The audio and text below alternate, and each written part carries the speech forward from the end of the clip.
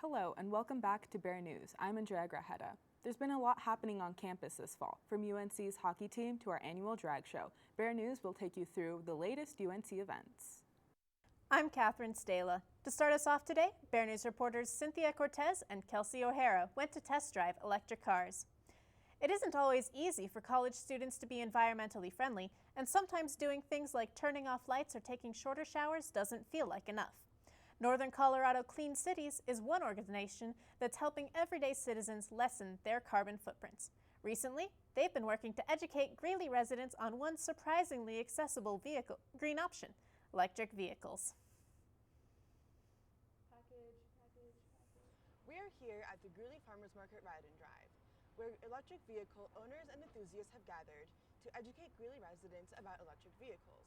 This event has been coordinated by Northern Colorado Clean Cities, whose goal is to create an affordable and reliable energy future. But just how do electric vehicles play into that?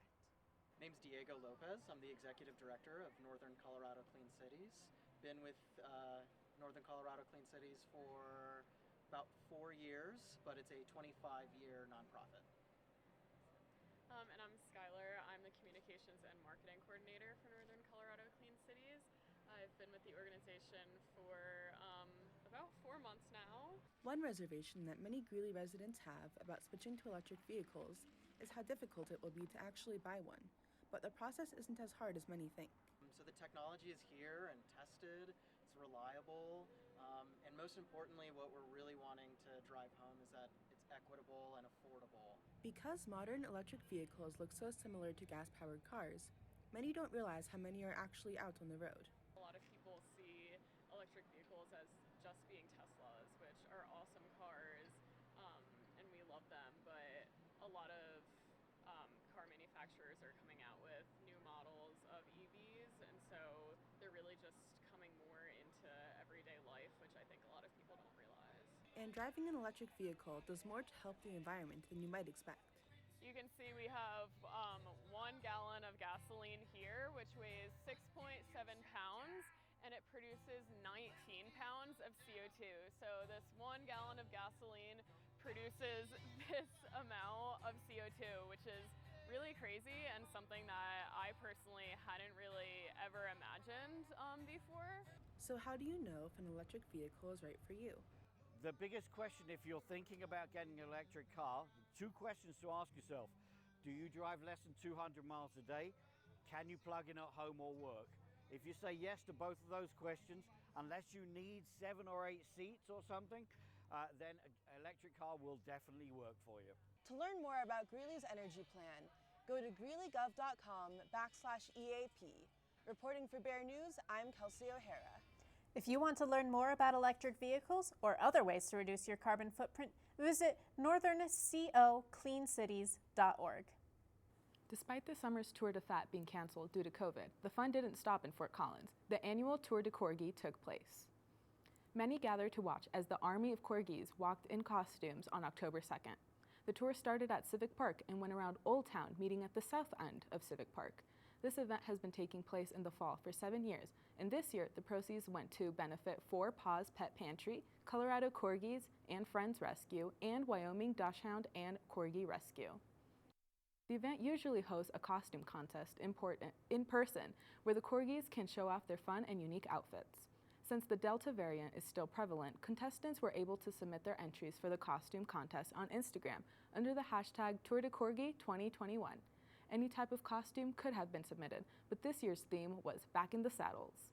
The winners for the contest were announced on the Tour de Corgis Facebook page on October 6th. Good evening, I'm Shelley Schwartz. UNC's Sociology Club handed down some unique clothing at their clothing swap October 12th. With clothing gathered in the McKee Breezeway, the Sociology Club offered a way for students to give up and gain some gently used clothes. With sections for jeans, dresses, tops, and even formal wear, a wide range of options were available to passersby, all for the low cost of free. With extra clothes going to charity, event organizer Haley Koch is passionate about keeping students clothed. Well, we know that the number of college students that are impoverished is growing, and so we wanted to help kids get more clothes, and the rest is going to be donated to people in our community.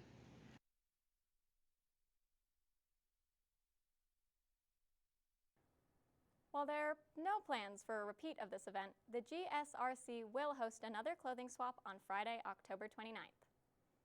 There are many programs on campus that make UNC so unique. One of those is the Department of Sociology, and one of the recent changes to the department is its faculty. Moving to Greeley 2 years ago to become a postdoctoral research associate, Dr. Ania Fairchild is focusing her research here. Having a bachelor's degree in criminal justice, master's in environmental management, and a PhD in environmental sociology, Dr. Fairchild has always wondered about the connection of humans to the earth. Since the topics are so connected to each other, Fairchild said that it is difficult to not see environmental issues as human issues and sociological issues as environmental issues. This is why Dr. Fairchild is focusing her research on sexism within the science fields. Being in a patriarchal society, Fairchild said that many male-dominated fields are inherently sexist. One of those fields just happens to be science. Even women in the field can contribute to the sexism and the sexist jokes without realizing it.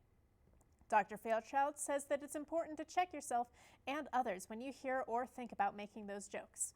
First, think about what you're going to say. Does it seem hurtful to somebody else? How would you feel if it was said to you? Even though it's hard to rewire your brain to not think of those sexist ideas, it is something that needs to be checked often, says Dr. Fairchild. Hearing from her environmental justice students about their experiences with sexism in the field shows that there is still some work to be done. Even though she has only taught 2 classes so far, Dr. Fairchild says that she is thinking of teaching more. Dr. Fairchild is just one of the amazing faculty members you could meet in the sociology department. Look forward to more stories on programs, faculty, and facilities that are available to students, visitors, and more. The UNC Graduate Student Association recently held an active shooter defense class. The class aimed at teaching students what to do in an active shooter situation in order to keep themselves and others around them safe. The class was held in response to interest by graduate students on topics like school shootings and concealed carry. The event was taught by Officer Larry Ramir, who discussed exactly what to do in the event of a shooting. People are urged to run, hide, or fight, in that order. Once safe, call dispatch and be specific about what is happening. One of the attendees for the event was UNC student and kindergarten teacher, Stephanie Sensley. Stephanie said that as a mother and a teacher, she feels she has to worry about 2 places at once. Colorado has a long and painful history of gun violence. The 2021 King Soopers Boulder shooting marked the 3rd deadliest mass shooting in Colorado. The Graduate Student Association also wants students to know that they have trauma kits available around UNC for events like these. For more information on these trauma kits, contact Cindy Vetter at the Student Business Office. And if you or anyone you know is struggling, contact the UNC Counseling Center for help. UNC's School of Theater, Arts, and Dance performed Rent last weekend. The show follows a year in the lives of a group of friends during the AIDS pandemic in the late 1980s. The cast was directed by Jason Vesey with choreography by Elena Waters. Though the audience didn't see any technicians on stage during the performances, audience did see the work that they put into the show. Rent featured a 12-foot-tall metal structure, a painted turntable, and graffiti art, which were all done by students with assistance from faculty.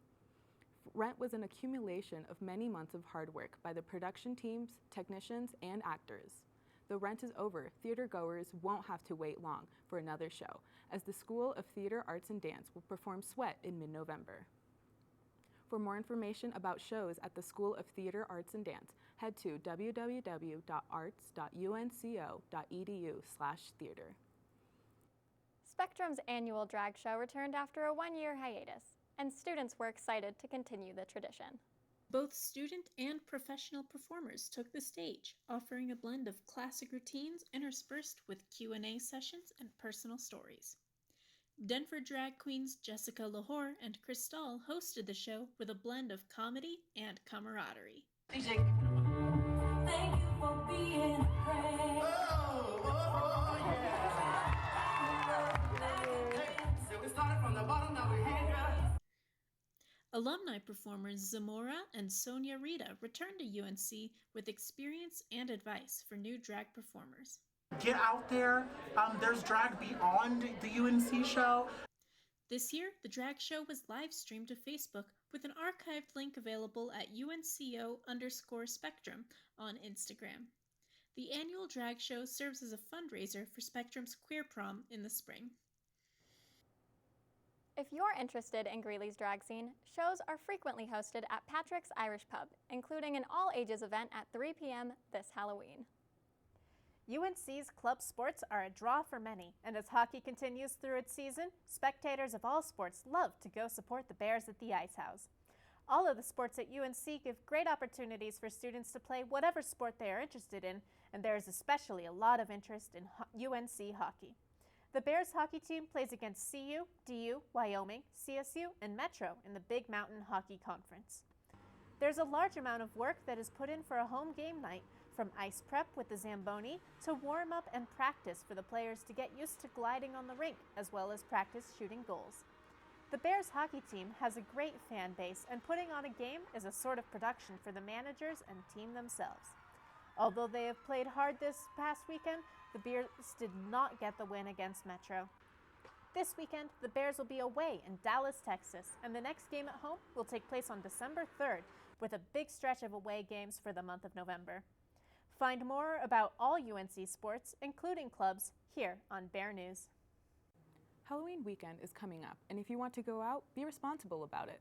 According to weldgov.com, Weld County has an 11.13% one-week average positive test rate. This is higher than the state 7-day positive rate of 8.46%, according to covid19.colorado.gov.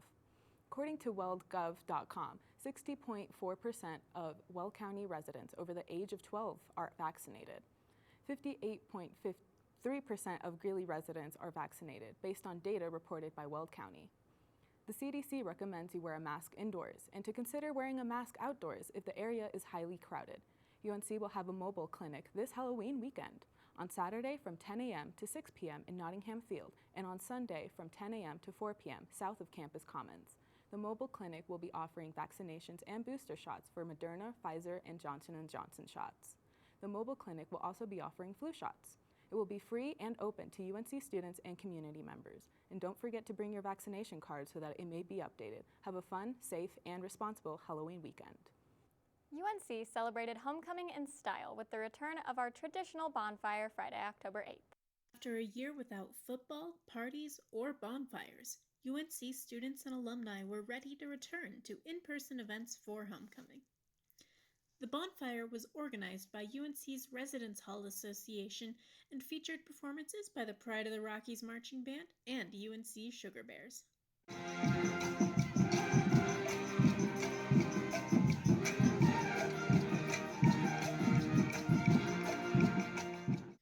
The blaze was moved to the west side of Bishop Blair Hall due to ongoing construction. Flames climbed high as students prepared to celebrate another year of cool classes and fascinating football.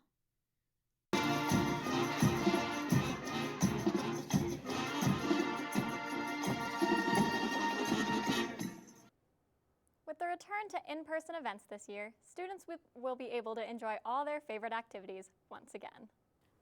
Have you seen the leaves on campus this week? While many places in Colorado are already past their peak fall colors, bright leaves and blue skies have left many ready for fall. Do you have any fall colors you'd like to share? Send them to us on Instagram at BearNewsUNCO. And thank you for tuning into Bear News. Stay tuned to see what stories we have next, or find us on social media at BearNewsUNCO. Good night.